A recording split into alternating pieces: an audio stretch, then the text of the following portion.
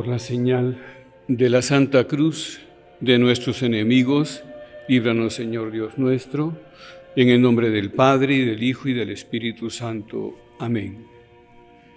Señor mío y Dios mío, creo firmemente que estás aquí, que me ves, que me oyes. Te adoro con profunda reverencia. Te pido perdón de mis pecados y gracia para hacer con fruto este rato de oración. Madre mía Inmaculada, San José mi Padre y Señor, Ángel de mi guarda, interceded por mí. Entonces, aquí delante de Jesús sacramentado, nuestro gran amigo. Qué bonito que podamos decir que Jesús sacramentado es nuestro gran amigo, porque lo visitamos, porque cuando pasamos por las iglesias lo saludamos, porque no es extraño para nosotros, sino que vive con nosotros el Señor. Bueno, pues quisiera tomar en cuenta que el 2 de octubre celebramos el aniversario de la fundación del Opus Dei, y orientar esta meditación a la santificación de lo ordinario, de la vida ordinaria.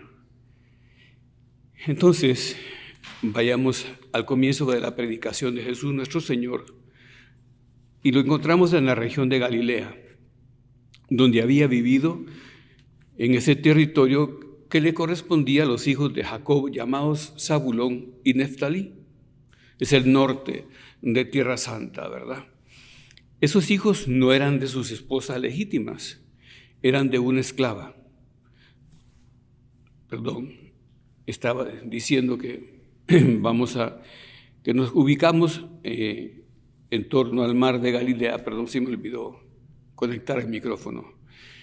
Y donde Jesús comienza a predicar en la tierra de Zabulón y Neftalí, que son dos hijos de Jacob, que no son hijos de sus esposas legítimas, Raquel y Lía, hermanas, sino de una esclava. Pero ahí está Jesús. Y se cumple entonces cuando Jesús comienza a predicar en solitario, porque empieza a ser así un rabí itinerante, aquella profecía que dice: tierra de Zabulón y Neftalí, camino del mar, al otro lado del Jordán, Galilea de los gentiles, el pueblo que habitaba en tinieblas vio una gran luz. A ellos esa zona se consideraba pues casi hereje, porque eran muy incultos, decían los de Judea, que están alrededor de Jerusalén, y era verdad, porque pasaban muchas caravanas ahí para Persia. En fin, era una tierra de mezcla de razas y de religiones. Entonces le decían Galilea de los gentiles. Pero allí comienza a predicar Jesús. Las tinieblas del paganismo, pues, de esas grandes áreas de Galilea, pues no eran las ciudades de Cafarnaún y Betsaida, sino que las ciudades fuertes allí eran Tiberíades y Séforis, dos ciudades romanas paganas. Entonces, ese pueblo que habitaba en las tinieblas, dice la Escritura, vio una gran luz. Qué bonito es ver a Cristo nuestro Señor como una gran luz también para nuestras tinieblas personales, porque a veces atravesamos tinieblas. Y entonces volvemos los ojos a Jesús, que es nuestra gran luz. Y dice la Escritura, sobre ellos resplandeció una gran luz. Y desde entonces comienza Jesús a predicar con aquella frase: conviértanse y crean en el Evangelio, porque está ya cerca el reino de Dios. Esa gran luz, pues, ese gran amanecer de la noche de la ausencia del verdadero Dios, de la noche de la confusión, de la noche terrena de los miedos y de los temores, y ahí surge el sol, mientras el sol comenzaba a brillar en solitario y a decir: el reino de Dios está cerca. predicaba un mensaje de salvación. Y nosotros meditamos esto en el tercer misterio que quiso poner, de los luminosos que quiso poner Juan Pablo II y Benedicto XVI, el anuncio del reino de Dios y la llamada a la conversión. Y esto es en realidad lo que importa, ¿verdad?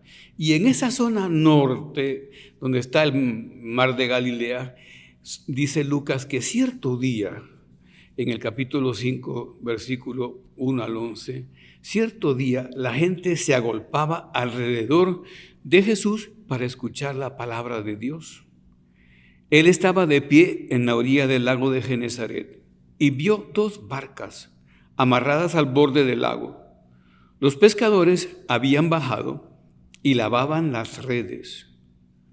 Subió a una de las barcas, que era la de Simón, y le pidió que la alejara un poco de la orilla. Y luego se sentó y empezó a enseñar a la multitud desde la barca. Cuando terminó de hablar, dijo a Simón: lleva la barca mar adentro y echen las redes para pescar. Simón respondió: Maestro, por más que lo hicimos durante toda la noche que hemos bregado, no pescamos nada. Pero si tú lo dices, en tu palabra echaré las redes. Y así lo hicieron, y pescaron tal cantidad de peces que las redes se rompían. Entonces hicieron señas a sus compañeros que estaban en la otra barca para que vinieran a ayudarles. Vinieron y se llenaron tanto las 2 barcas que casi se hundían. Al ver esto, Simón se arrodilló ante Jesús y le dijo: Señor, apártate de mí, porque soy un hombre pecador. Pues tanto él como sus ayudantes se quedaron sin palabras por la pesca que acababan de hacer. Y lo mismo les pasaba a Santiago y a Juan, hijos de Zebedeo, socios de Simón. Jesús dijo a Simón: no temas, en adelante serás pescador de hombres. Y enseguida llevaron sus barcas a tierra, lo dejaron todo y siguieron a Jesús. Entonces aquí se dan 3 elementos en esta perícopa evangélica que es preciosa. La primera pesca milagrosa. Primero, Jesús aparece y llama. Son como unos sucesos encadenados que concretan la llamada de Jesús. Luego, en medio del mundo, porque es un mercado donde llega Jesús. Todavía aquí podemos ver en algunos lugares esas salidas de la pesca artesanal, donde hay tenderetes y gente que espera, las mujeres con canastos, ¿verdad?, para separar los pescados en sus diversos tipos. Por supuesto que hay alguien que está vendiendo bebidas o dulces o golosinas, hay niños, hasta perros, en fin, es un mercado artesanal, es el mundo. Y esto es lo bonito, ahí llega Jesús. Jesús, el Hijo de Dios, el Todopoderoso, está allí en el mundo. Y ahí lo llama. Y entonces lo llama para que sean santos y santifiquen. Esto hay que pensarlo, ¿verdad? Porque estamos nosotros en el mundo y Jesús nos llama. Los buscó a ellos en sus trabajos y así nos busca a nosotros. Así decía San José María, que no se cansaba de repetirlo, que es allí en el mundo donde hemos de santificarnos. Y decía: hijos, en la línea del horizonte parecen unirse el cielo y la tierra, pero no, donde de verdad se juntan es en vuestros corazones, cuando vivís santamente la vida ordinaria. Y tiene otros textos, quiero leerte uno que me gusta, de una homilía famosa. Dice un poco más explicativo: hijos míos, ahí donde están vuestros hermanos los hombres, ahí donde están vuestras aspiraciones, vuestro trabajo, vuestros amores, allí está el sitio de vuestro encuentro cotidiano con Cristo. Allí hay un algo santo y divino escondido en las situaciones más comunes que toca a cada uno de vosotros descubrir. Pero son palabras preciosas que deben de sacudirnos, porque en ordinario tengo que encontrarme con Dios. Y lo dice después, o encontráis a Dios en el trabajo, en la vida ordinaria, o no lo encontraréis nunca. Pero entonces, sigamos con la escena evangélica. Allí llega Jesús, ¿verdad? Y le pide la barca a Pedro. En el mercado, en el enredo que hay ahí de gente, en el jirigay, como se dice, en el barullo. Y entonces le pide a Pedro lo que más le importa, su barca. Es como el inicio de la vocación, ¿verdad? El llamado. Lo que más le importa. Él es marinero de ese mar que se llama Mar de Galilea, ese lago grande. Era un pescador. O sea, allí le pide la vida. Qué bonito esto considerarlo, porque a nosotros también allí nos pide la vida. Y ahí comienza a hacerse Pedro partícipe de la misión de Jesús. ¿Por qué? Porque Jesús predica desde su barca. Esto es lo que va a pasar siempre después. Va a predicar desde Pedro y de todos los apóstoles y desde todos los discípulos, desde sus personas, desde su vida, desde su barca. Entonces, sentado a una distancia prudencial, enseña a Jesús. Y de repente, cuando termina de enseñar, la situación da un giro, porque dice el Evangelio, un giro de mayor compromiso y entrega, porque dice el Señor, dice el Evangelio de Lucas, cuando terminó de hablar, dijo a Simón, guía la barca mar adentro y echen las redes para pescar. Entonces, claro, es una petición mayor, ¿verdad? Y Simón expone la situación. Señor, maestro, hemos pescado toda la noche o bregado toda la noche y no hemos cogido nada. Simón expone la realidad, ¿verdad? Toda la noche y nada. Pero no se queda varado en sus pensamientos y obedece. Esto hay que aprenderlo. Cuando estamos con Jesús, las cosas cambian. Y cuando tiramos las redes con Cristo, las cosas son distintas. Él es Dios y Pedro sabe obedecer. Deja de lado su esquema mental y entonces lo sigue. O sea, se acoge a una gracia de llamado. Porque ha visto en Jesús una autoridad, todavía no sabe exactamente quién es un rabino itinerante, ¿verdad? Que anda por ahí porque está comenzando, pero no más entiende una autoridad natural. Pero sin embargo, confiado en él, echa las redes. ¿Y el resultado cuál es? Sacaron tal cantidad de peces que las redes se rompían.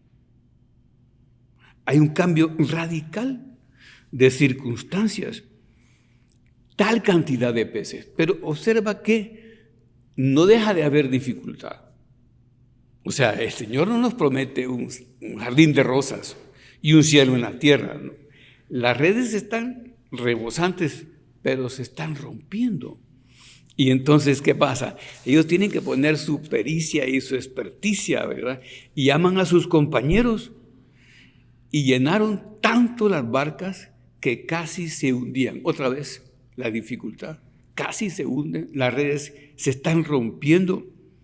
Bueno, pues, pero ahí tienes la dificultad y ahí tienes a los apóstoles trabajando con Cristo y a Pedro, y el resultado es inimaginable, ¿verdad? Dice el Papa Ratzinger, la presencia de Dios se muestra por la abundancia.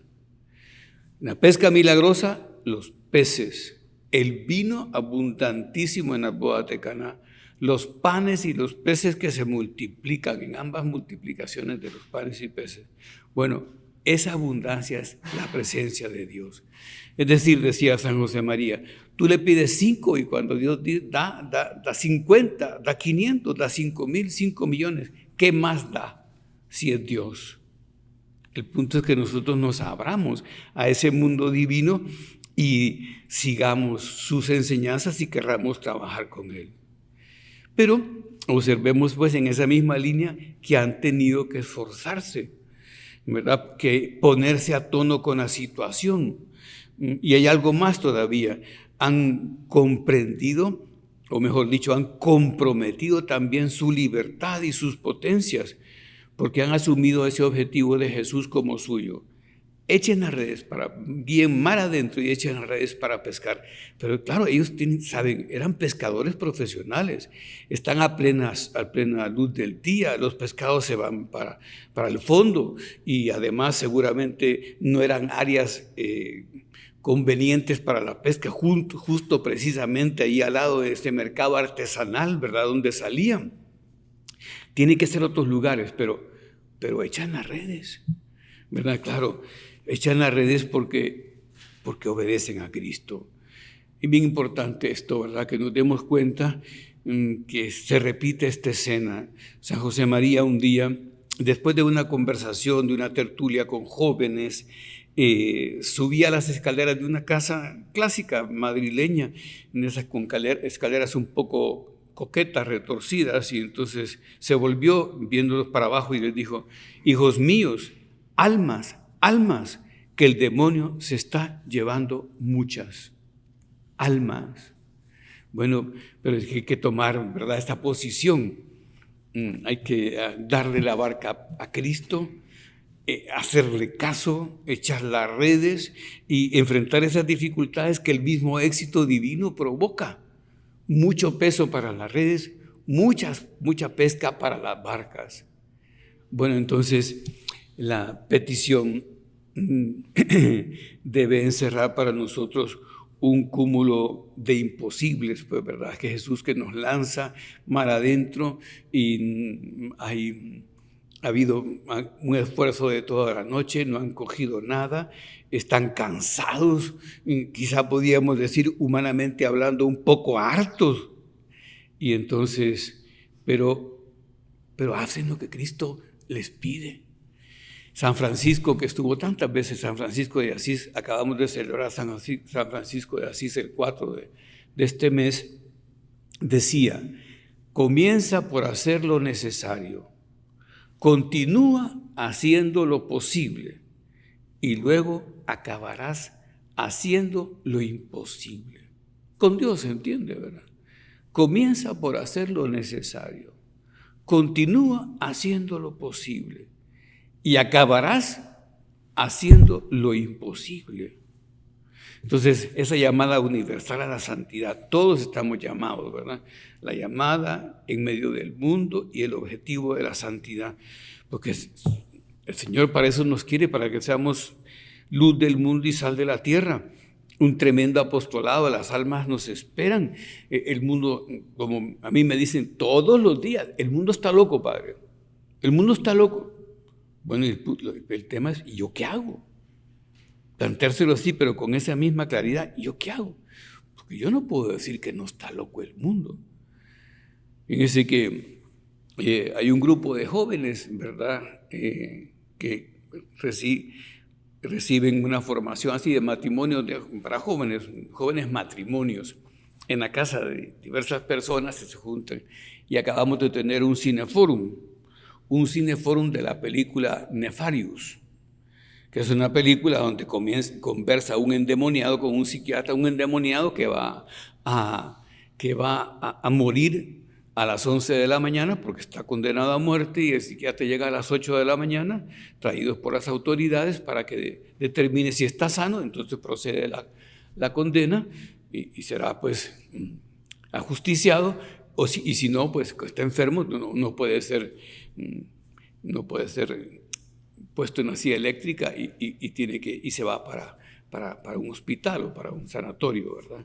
Y entonces comienza, y lo interesante es que la conversación, la película no es de terror, sino que es una denuncia de las atrocidades que nuestra cultura ha ido aceptando como normales. Y entonces el demonio se está riendo, está platicando con el psiquiatra, porque eso aquí es obvio, ¿verdad?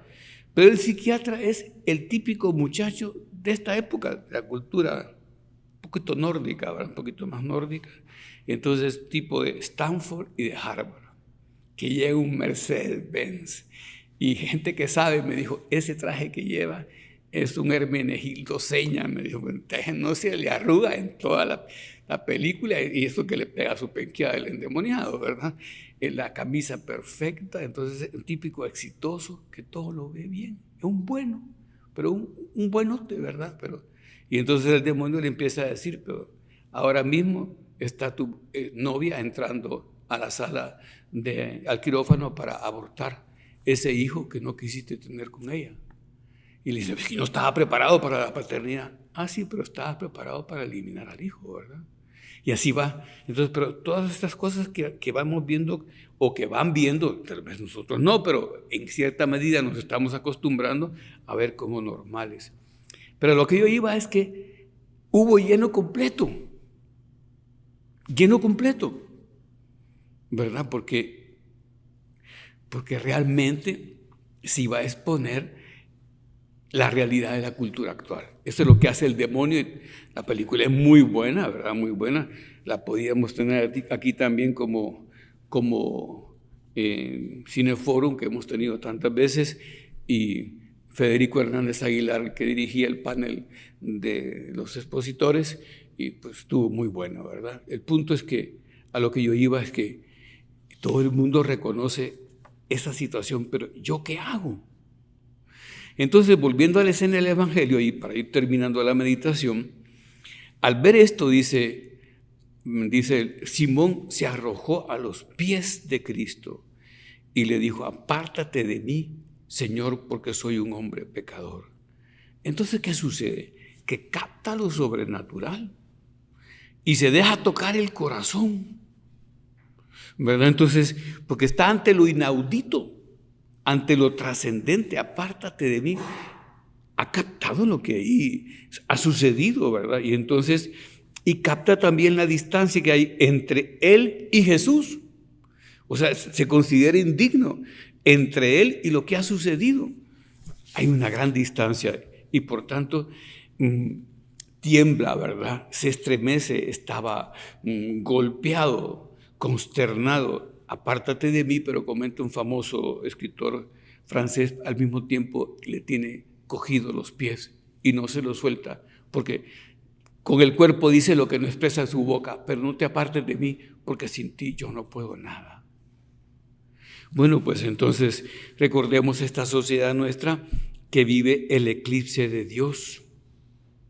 El eclipse de Dios, que es, decía el cardenal Ratzinger, que es vivir, lo ha repetido el Papa Francisco también, vivir como negar la existencia de Dios o vivir como si Dios no existiera. El eclipse de Dios.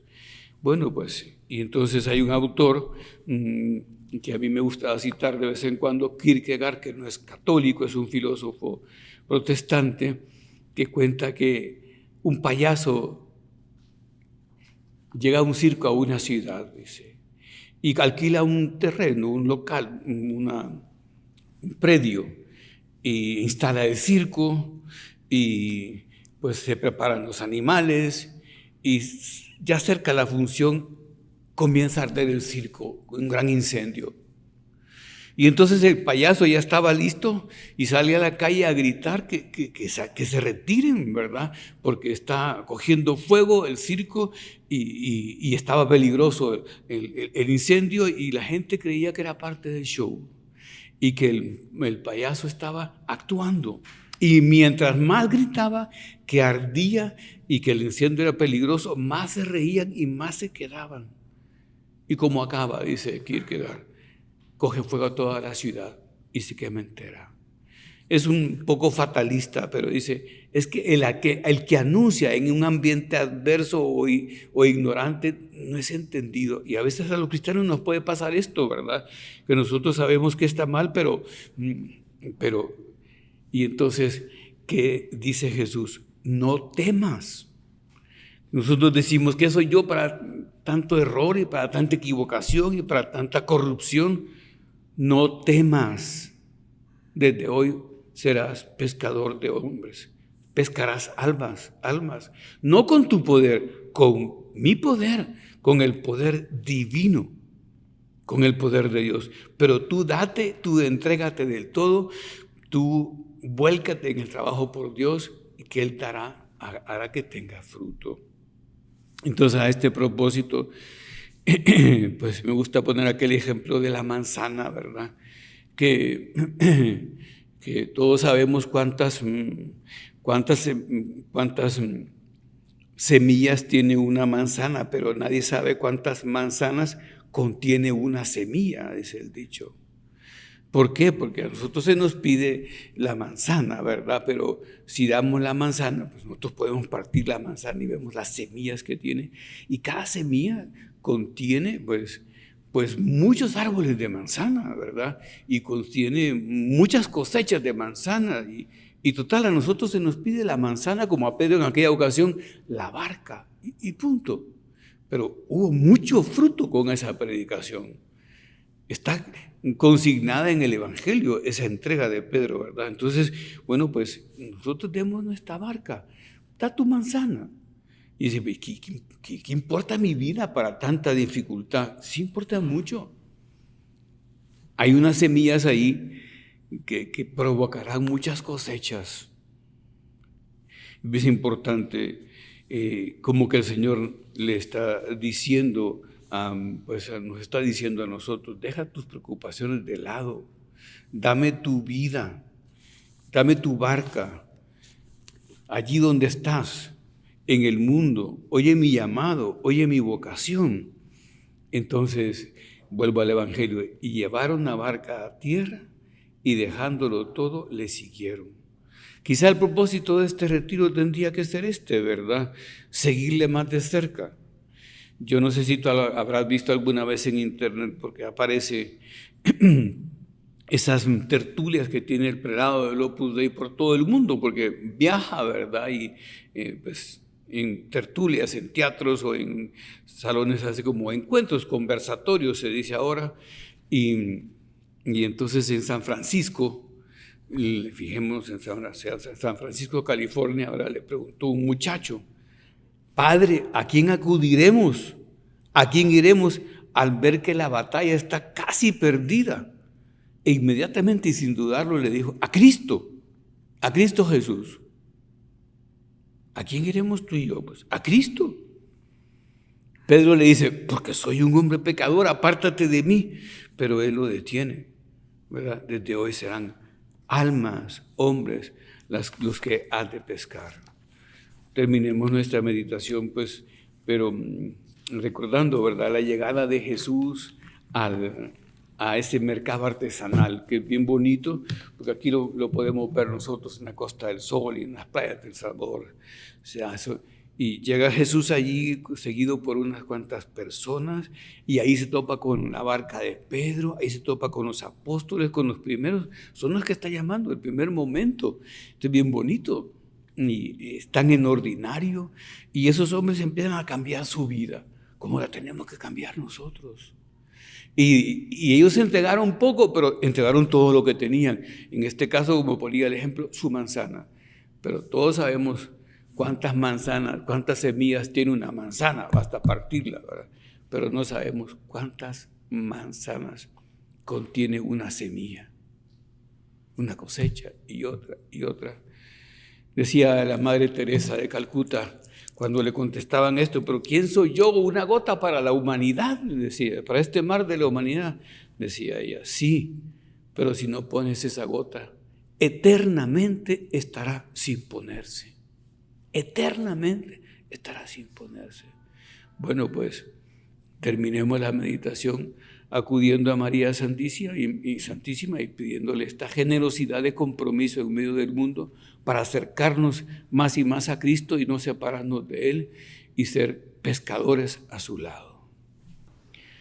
Te doy gracias, Dios mío, por los buenos propósitos, afectos e inspiraciones que me has comunicado en esta meditación. Te pido ayuda para ponerlos por obra. Madre mía Inmaculada, San José mi Padre y Señor, Ángel de mi guarda, interceded por mí.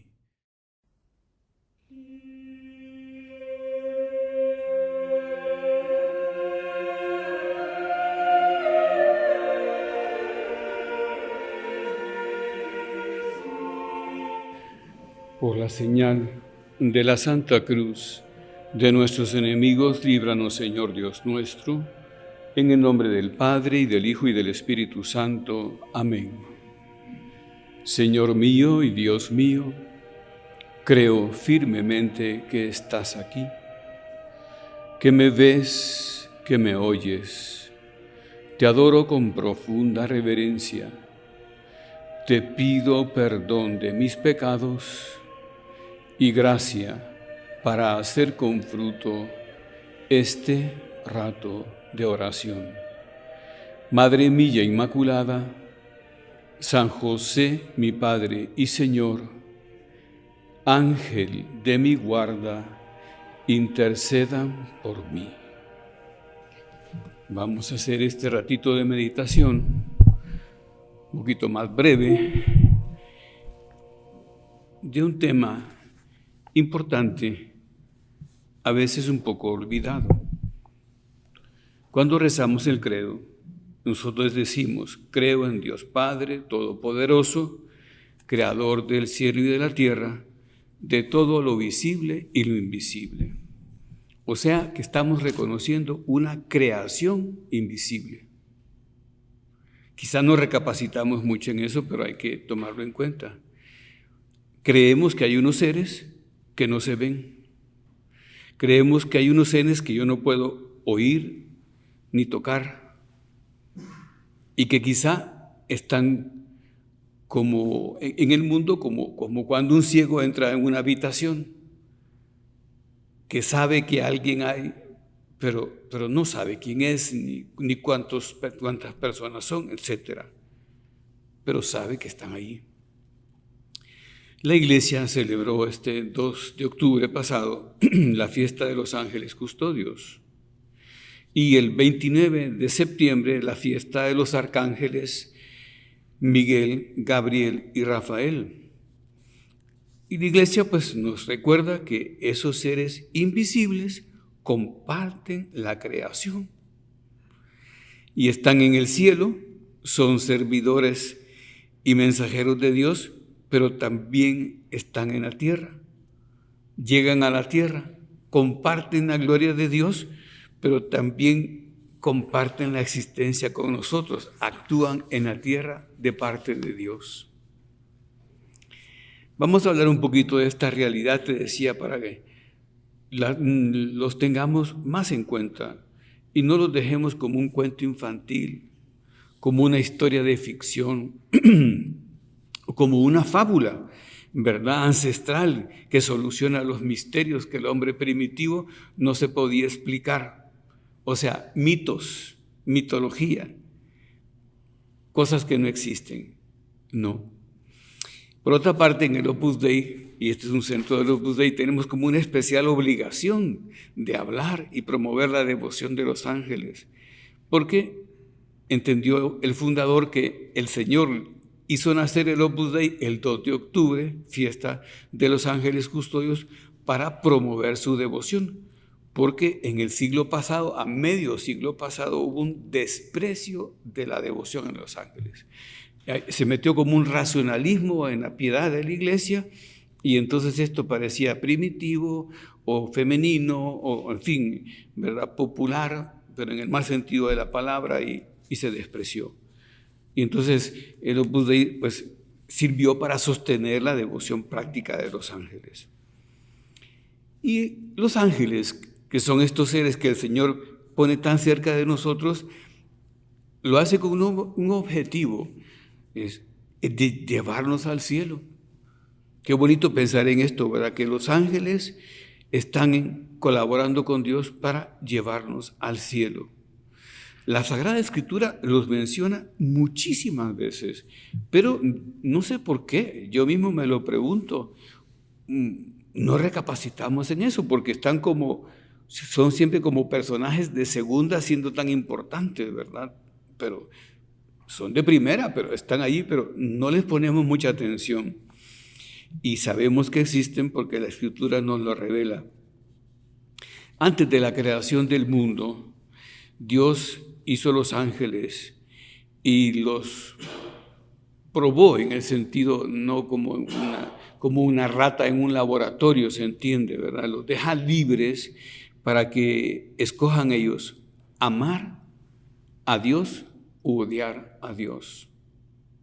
Reconocerle como su creador y ellos como criaturas, como su Señor y ellos como siervos, y como padre y ellos como hijos, ¿verdad? Entonces, pero como sabemos, hubo unos de esos ángeles que no quisieron aceptarlo como Dios, como Señor, no quisieron servirlo. Se pone siempre el grito de Miguel, el arcángel Miguel, Serviam, pues un grito medieval o antiguo, porque ahora pues cuando se habla de servicio se entiende que es una postura un poco denigrante, pero en esa época no. Decían, yo sirvo bajo la bandera de tal, sirvo bajo el Señor tal. O sea, era un honor servir, ¿verdad? Y es el grito de Miguel, Serviam, te serviré, Señor. Y así arrastra a muchos ángeles que, como sabemos, entraron en batalla con los que no quisieron reconocerlo. Dice el Apocalipsis, hubo una gran batalla y Miguel y sus ángeles pelearon contra el mundo. Venció Miguel, no se encontró lugar para el demonio y sus ángeles en el cielo y fueron precipitados a la tierra. Antes ha dicho que están en una parte externa, ¿verdad? De la creación, pero menciona que caen en la tierra. Entonces dicen los santos, ¿verdad? Que por eso Dios nos da como protección a los ángeles de la guarda, que son seres proporcionadamente poderosos a los ángeles. Antes hablábamos de nefarios, ¿verdad? Pero yo que soy sacerdote, ya tengo mis años, he tenido experiencias así con personas que han tenido dificultades de este estilo y sobre todo con sacerdotes que se han dedicado a exorcizar. Y me contaba uno, no de aquí, de Guatemala, que pues una chica empezó a oír unas palabras en la noche cuando estaba dormida, de un idioma que no conocía. Y después, cuando escuchaba esas palabras, sentía que la ahorcaban, ¿verdad? Que estaba en la cama, boca arriba, y había una mano que le apretaba la garganta. Entonces esas palabras se intensificaban. Y como en Guatemala, ¿verdad? En las ciudades, en las provincias, pues muchas sirvientas son inditas. Y entonces esta niña le preguntó a su nana, que era una indita, le dijo las palabras que escuchaba. Y le dijo, niña, esas palabras no son lengua, como dicen en Guatemala, ¿verdad? No son lengua. No me suenan a mí. Entonces fue con el sacerdote y eran palabras en latín, que eran momentos de tal intensidad de esta muchacha que se las había aprendido de memoria. Y entonces el sacerdote buscó esas palabras y era una oración al ángel de la guarda antigua. Y entonces sucedía que hubo que exorcizar la casa, en fin, todo eso, a ella. Y me contaba el sacerdote que era el ángel de la guarda que se acercaba en el momento en que el demonio llegaba a atacarla. Y le enseñaba esa oración para que la repitiera. Y de hecho la chica acabó repitiéndola. Y después, pues una oración preciosa, ¿verdad? Donde le pide al ángel, le pide a Dios con el ángel al lado para que la libre de ese momento. Entonces así podíamos contar tantas cosas, ¿verdad? Pero hay que darle gracias a Dios por este don que tenemos de esos ángeles que nos cuidan. San José María hacía un curso de retiro el 2 de octubre de 1928 cuando escuchó y vio el Opus Dei, el cuerpo del Opus Dei, pero también la doctrina del Opus Dei, la santificación en el mundo. Y entonces aprendió, además, pues a darle gracias al Señor a través de sus ángeles y a sentirse como metido en esa creación humana, terrena y también angelical, cosa que a veces se nos olvida, ¿verdad? Y él decía, gracias Señor, porque me has dado un ángel que conoce mi meta, mi dirección, que eres tú, y que me va a ayudar a llegar al cielo, me va a ayudar a alcanzarte. como tantas personas en la tierra, ¿verdad? Podemos pensar, pues, tu mamá, tu papá, una maestra, un profesor, un amigo, una amiga que nos ayudan a ir al cielo, un sacerdote, ¿verdad? Pero este es el ángel custodio, es una especie de apóstol, ¿verdad? Que me empuja hacia Cristo, a seguir las huellas de Cristo y que me lleva por el camino del bien. Entonces, recordemos, son seres totalmente espirituales, ¿verdad? Y que no los vamos a ver, pero ha habido sus excepciones, obviamente, pero sí sabemos que existen. Hay tantas cosas que no vemos y sabemos que existen. A mí me toca hablar de esto y a los cipotes, sobre todo, les digo, pues, los rayos gamma, los rayos X, los átomos, las ondas electromagnéticas de distintos tipos, ¿verdad? En fin, tantas realidades que no percibimos, pero que percibimos en todo caso de manera indirecta a través de aparatos y muchas que no percibimos en absoluto. Y cosas espirituales que existen y que no vemos, el amor, el odio. Bueno, pues volviendo a las Sagradas Escrituras, recordemos solo así como para animarnos a tratar a los ángeles. Voy a hacer unas menciones de las apariciones de los ángeles. Recuerda que aparece ya en el paraíso. Cuando saca a Dios, Adán y Eva del paraíso, dice, pone un ángel para que guarde la puerta. ¿Y qué significa eso? Un ángel está guardando la posesión de Dios. Qué bonito. El cielo está guardado por sus ángeles. Luego aparece también un ángel cuando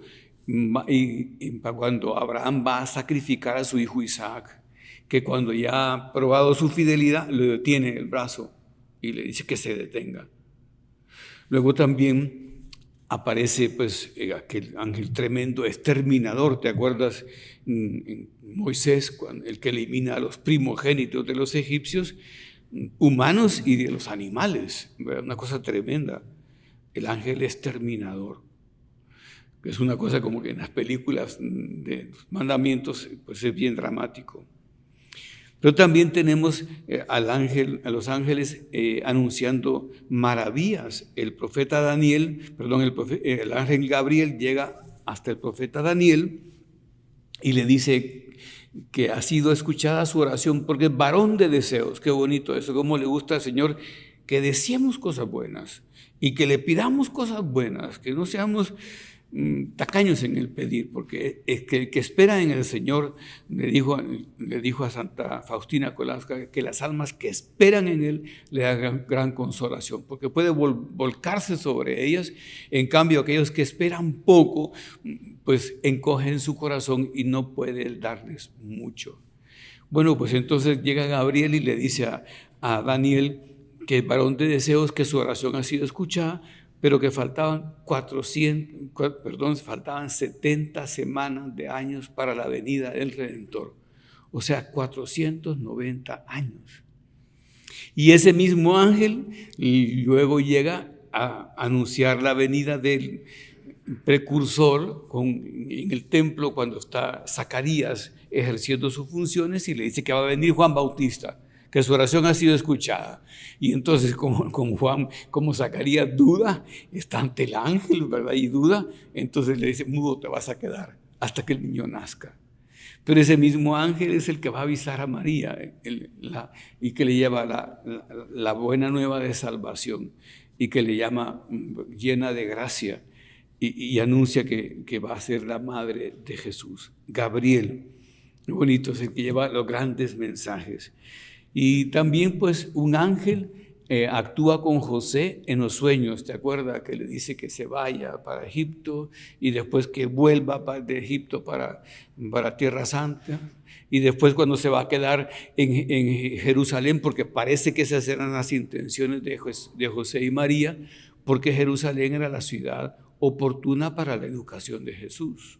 Y los padres siempre están pensando en eso, ¿verdad? Entonces, sobre todo los buenos padres. Y entonces, pero le dice que no, que está vivo todavía Arquelao, el hijo de Herodes, y se va justo, como decíamos al principio de la primera meditación, hasta el norte de Tierra Santa, hasta el lago los alrededores del lago de Genesaret. Bueno, pero esos son sueños. ¿Y cómo reacciona José de inmediato con esos sueños, con esas insinuaciones angélicas? Y cuando nace Jesús, ¿te acuerdas que se aparecen a los pastores los ángeles que les invitan a ir a Belén, donde encontrarán al Mesías, al Señor? Y miles de ángeles se ven cantando, alabando, entonando un gloria a Dios en el cielo y en la tierra paz a los hombres que ama al Señor, ¿verdad? Entonces, ángeles, miles. Y en la vida de Cristo, cuando ya crece, cuando va antes de su predicación, que va al desierto a hacer ayuno y mortificación, al terminar los 40 días, los ángeles le asisten. Y luego también pues le asiste un ángel en agonía cuando está en el huerto de los olivos sudando sangre. Marcos, que es el que habla del sudor de sangre, dice que se acercó un ángel para consolarlo. Y los grandes santos dicen, ¿cómo sería este ángel de perfecto y de grande, y de poderoso y de bueno, para que el Padre lo enviara para consolar a su Hijo, que era Dios? Un ángel que consuela al Hijo de Dios, a Dios. Entonces, como que tiene que movernos esto a una devoción profunda. Y los ángeles también aparecen en el sepulcro, ¿te acuerdas? Cuando las mujeres van de madrugada y les dicen que ese que buscan entre los muertos ha resucitado. O sea, es que está lleno. Y Jesús les dice que cuando les dice que tenemos que hacernos como niños porque sus ángeles están en la presencia del Padre Celestial. Bueno, entonces movámonos, pidámosle al Señor que nos enseñe a tratar a los ángeles, que nos meta en ese mundo de piedad buena y segura, de devoción a los ángeles y a los ángeles custodios. Tengo que decir que hay un peligro ahora, quizá alguno de ustedes lo ha visto, que es lo que se llama la angelolatría, que es la adoración de los ángeles, o sea, tenerlos como dioses o como semidioses, y no son dioses, son criaturas de Dios, pero no dioses. Pero pues está un poco como de moda, ¿verdad? Entre algunos ambientes, un poco New Age, y hay como unas sesiones, pues lo cuento por si topan con esto, unas sesiones como de espiritismo, ¿verdad? Donde una señora, una medium está ahí haciendo como que te dice, yo te voy a decir cómo se llama tu ángel y cómo es tu ángel, y lo vas a tratar, más o menos una especie de espiritismo, por supuesto toda una cosa falsa, eso es esoterismo y espiritismo y muy malo. Y entonces nosotros, ¿qué hemos de hacer? Pues por la fe, creer en los ángeles y luego aceptar lo que nos dice la Escritura de los ángeles. Hay una cosa que nosotros le ponemos poca atención porque pues por cultura no tenemos eso tan presente, pero la jerarquía de los ángeles.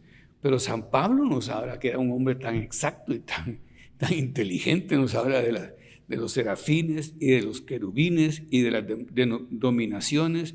Así va diciendo los diferentes tipos, ¿verdad? En jerarquías de ángeles, los tronos, los principados, los arcángeles y los ángeles. O sea, dice, pues habla y habla con los ángeles y ruega a los ángeles Pablo, ¿verdad? Y los menciona, y en los Hechos de los Apóstoles se menciona muchísimas veces como ejemplo. Y terminando la meditación, para que veamos cómo estaba metida la devoción a los ángeles entre los primeros cristianos, recordemos cuando el ángel saca a Pedro de la cárcel. Era la peor cárcel, la cárcel de Herodes, ¿verdad? Entonces, y Herodes lo pensaba matar después de las fiestas. Y pues, estaba puesto en el cepo, en las mazmorras. Y llega el ángel y las cadenas se rompen y le dice, levántate, y cuando Pedro va para afuera, toma tu túnica. Eso dice que eso es una delicadeza, como iba a salir al frío, ¿verdad? Entonces, toma tu túnica y sígueme. Y lo sigue. Y entonces Pedro no sabía si estaba bien, si estaba soñando o teniendo una visión o si era realidad. Así lo dice el libro de los Hechos de los Apóstoles. Salen de la cárcel y pasan a Puerta de Bronce, que es un seguro, una puerta famosa de protección. Y cuando está en la calle Pedro, entonces se desconcierta y corre a la casa de la abuela de Marcos, de la abuela de San Marcos. Y toca la puerta y los cristianos estaban reunidos en oración porque su príncipe, su primer papa, estaba en la cárcel y sabía que lo iba a matar, ¿verdad? Herodes. Entonces están rezando y tocan la puerta y salía a abrir una criadita, decía San José María, que se llamaba Rosita, porque está consignado el nombre. Sí, ponen Rode, pero Rode es rosa en griego. Entonces, y decía, y abre pues la portezuela, pues era mirilla o un póstigo, como se diga, y ve a Pedro afuera y se emociona tanto que cierra y no le abre la puerta, corre para adentro y le dice que está Pedro ahí en la puerta. Pues están rezando. ¿Y qué dicen estos? Como un imposible, ¿verdad? Será su ángel. O sea, creen que es el ángel de Pedro. Eso prueba pues la familiaridad con que ellos trataban a los ángeles. ¿Será su ángel? Y ya dice su ángel, el ángel de la guarda. Entonces van y abren la puerta y era Pedro, ¿verdad? Que entra y dice, es muy bonito el relato porque dice que tuvo que callarlos, porque no gritaran, porque estaban en momentos muy difíciles, muy tensos, y se fue de ahí para no implicarlos. No se quedó ahí porque ponía en riesgo a la familia de la abuela de Marcos, que era una familia conocida y poderosa.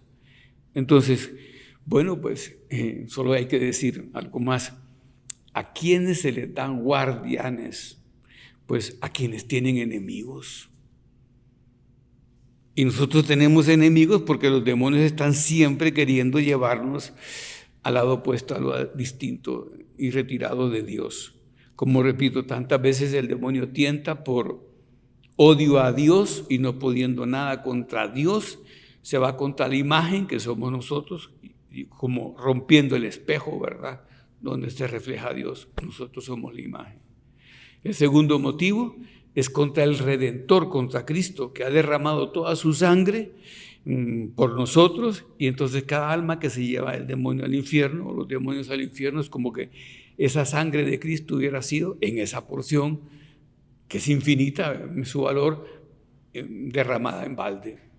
Y el tercer motivo es que nos tienta a nosotros por envidia, porque como dicen los autores, como dice Luis, que es tan agudo, dice, el demonio dice que nosotros somos unos gusanillos, no le importamos nada, pero sabe cuánto nos ama Dios y que vamos a ocupar los lugares en la gloria que Él nunca ocupará. Entonces nos tienta por envidia.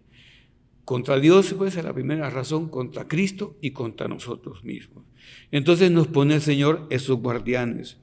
También se les pone los guardianes a los ayudantes, a los débiles, a los enfermos. Bueno, pues a nosotros nos cuestan las cosas de Dios y tantas veces caemos fácilmente en el pecado. Digámosle al Señor, agradezco el don que me hayas puesto este ángel, pero necesito que me ayudes a tratarle más. Así pues, unas horas me preguntó una señora, esposa de un señor que viene por aquí, no sé si estará por aquí, me dice, ¿de qué van a hablar ahora en el retiro? Me dice, pues ya le dije, pues del trabajo, de la santificación, la vocación, la meditación y la segunda de los ángeles. Pues, y usted sabe la oración que rezaban nuestras abuelas aquí a los ángeles, al ángel cuando se va de viaje o cuando uno sale de la casa, al ángel Rafael que acompaña a Tobías. Pues no le dije, no la sé. Entonces me la dijo y es una oración preciosa, ¿verdad? Dice, Señor, dirige nuestros pasos como dirigiste los pasos de Tobías. Que el arcángel San Rafael nos libere de las insidias y lazos de este mundo para que volvamos a casa sin daño alguno de alma y cuerpo, felices. Amén. Entonces, bueno, pues Eso es lo que nos enseñó San José María. Decía que ustedes como esposos, ¿verdad?, como padres de familia, al salir de la casa y al llegar a la casa, pues pongan la casa y a la familia bajo la protección de los ángeles. Y eso es lo que han hecho los santos y ha tenido pues tan grandes resultados. San José María, que tenía esa gran devoción a los ángeles custodios en tiempo de la Guerra Civil Española, un poquito antes, ¿verdad?, que había pues persecución contra la iglesia, se le tiró por la calle un personaje horrible, pues el demonio, ¿verdad?, queriéndolo matar, ahorcándolo, lo lanza por tierra. Y entonces, luchando él contra ese personaje, llegó otro, pues lumínico y bello, y que le quita al atacante y le dice unas palabras que solo conocía él y su confesor: borrico sarnoso, porque así se decía él mismo. ¿Quién soy yo? Un borrico. Pero todavía queriendo ver su fealdad espiritual, decía sarnoso. Pero el ángel le dijo en buen tono y con dulce: borrico sarnoso, y lo levantó. Bueno, y Santa Gema de Galgani, está en internet tan bonito, la devoción al ángel custodio suyo. Le llevaba sus cartas al director espiritual y le hizo tantos favores. Y San Juan Bosco, ¿verdad? En fin, los santos, no es que todos tengamos que tener esas experiencias, pero el Señor las permite con los santos para que nos comuniquen esa experiencia. San Juan Bosco veía a los demonios tentando a las juventudes y a los ángeles salvándolos, intentándolos rescatar. Y me gusta repetir esa anécdota, que moría un muchacho y la familia mandó a llamar a San Juan Bosco, y cuando llegó estaba ya muerto. Y era una de esas familias italianas, ¿verdad?, una casa pequeña, sencilla, y estaba toda la familia. Así se vive la familia en Italia, la buena familia, los cristianos, ¿verdad? Y entonces estaba él muerto y toda la familia ahí consternada. Y llega él, y entonces se pone a rezar a la par del muchacho, y el muerto resucita.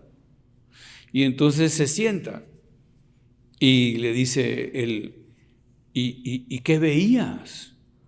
Pues yo iba, ¿o dónde estabas? Dice, ¿y qué veías? Yo iba por un túnel oscuro y unas bestias horribles salían a recibirme.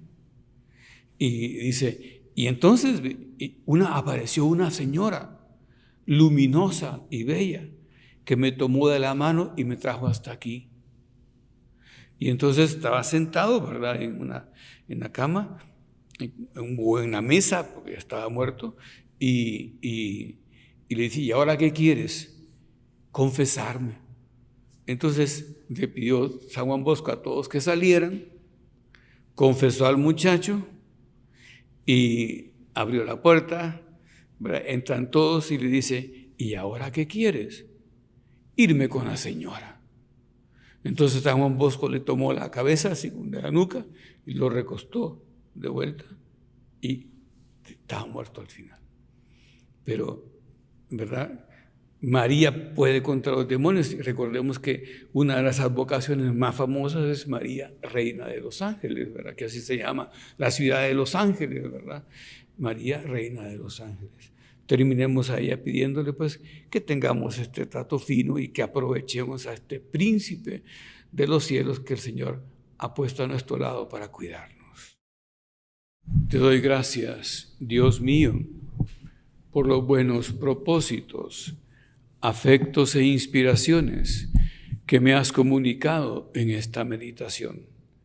Te pido ayuda para ponerlos por obra. Madre mía Inmaculada, San José mi Padre y Señor, Ángel de mi guarda, interceded por mí.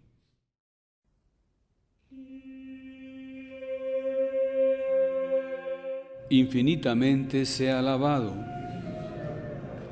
Padre nuestro que estás en el cielo, santificado sea tu nombre.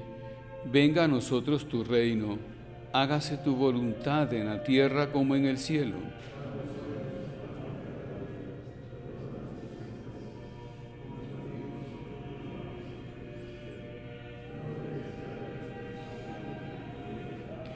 Dios te salve María, llena eres de gracia, el Señor es contigo. Bendita tú eres entre todas las mujeres, y bendito es el fruto de tu vientre Jesús.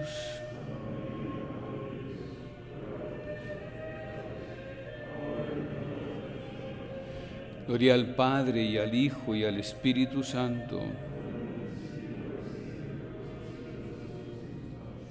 Infinitamente sea alabado. Comunión espiritual.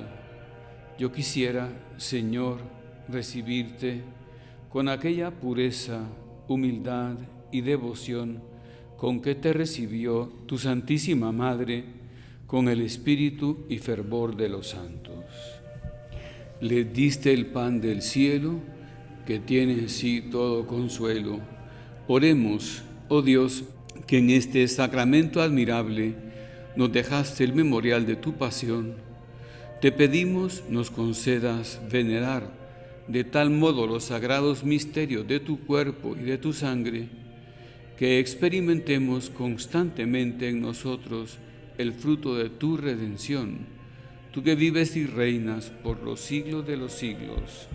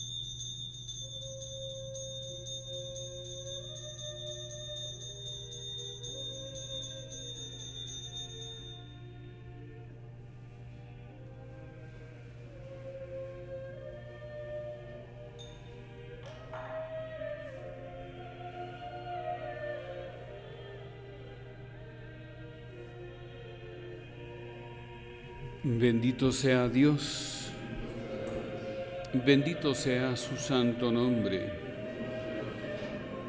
bendito sea Jesucristo, verdadero Dios y verdadero hombre. Bendito sea el nombre de Jesús, bendito sea su sacratísimo corazón, bendita sea su preciosísima sangre. Bendito sea Jesús en el santísimo sacramento del altar. Bendito sea el Espíritu Santo Paráclito.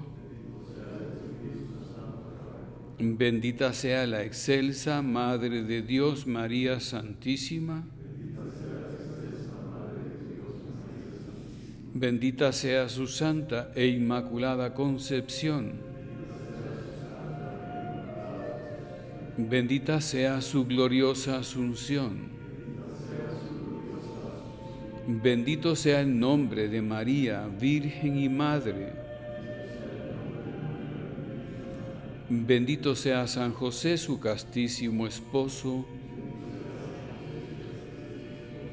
Bendito sea Dios en sus ángeles y en sus santos. Que el auxilio divino permanezca siempre sobre nosotros. Amén.